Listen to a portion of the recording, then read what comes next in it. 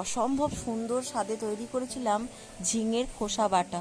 এই গরমের দিনে ঝিঙে পোস্ত তো সবাই খায়, এই একঘেয়েমি ছেড়ে দেখো ঝিঙের খোসাগুলো ছালটা এরকম ছাড়িয়ে নিয়েছিলাম, ভালো করে ধুয়ে নিয়েছি। ধুয়ে এবার কুকারে ভাপিয়ে নিচ্ছি। তোমরা কি করতে পারো, তোমরা কড়াইতেও ভাপিয়ে নিতে পারো।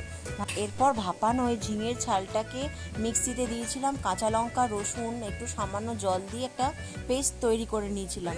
ওই পেস্টটা এবার কড়াইতে দেখো ভালো করে বেশি করে সর্ষের তেল দিয়ে দিতে হবে, অনেকটাই তেল লাগে এতে। কালো জিরে আর শুকনো লঙ্কা ভালো করে ফোড়নটা পেকে এলেই ওই পেস্টটাকে দিয়ে ভালোভাবে নাড়াচাড়া করতে হবে। যতক্ষণ ওটা শুকনো হয় খুব সুন্দর করে নাড়তে হবে। তাতে নুন, হলুদ এবং আর একবার নেড়ে নিয়েছিলাম। তাতে দেখো আবার একটু চিনি দিলাম, পরিমাণ মতো টেস্ট অনুযায়ী তোমরা দেবে। একটু লঙ্কা গুঁড়ো সামান্য দিলাম। কড়াই থেকে যখন এরকম শুকনো শুকনো হয়ে এলো, ভাববে রেডি হয়ে গেছে ঝিঙের খোসা বাটা। ভালো লাগলে লাইক শেয়ার অবশ্যই।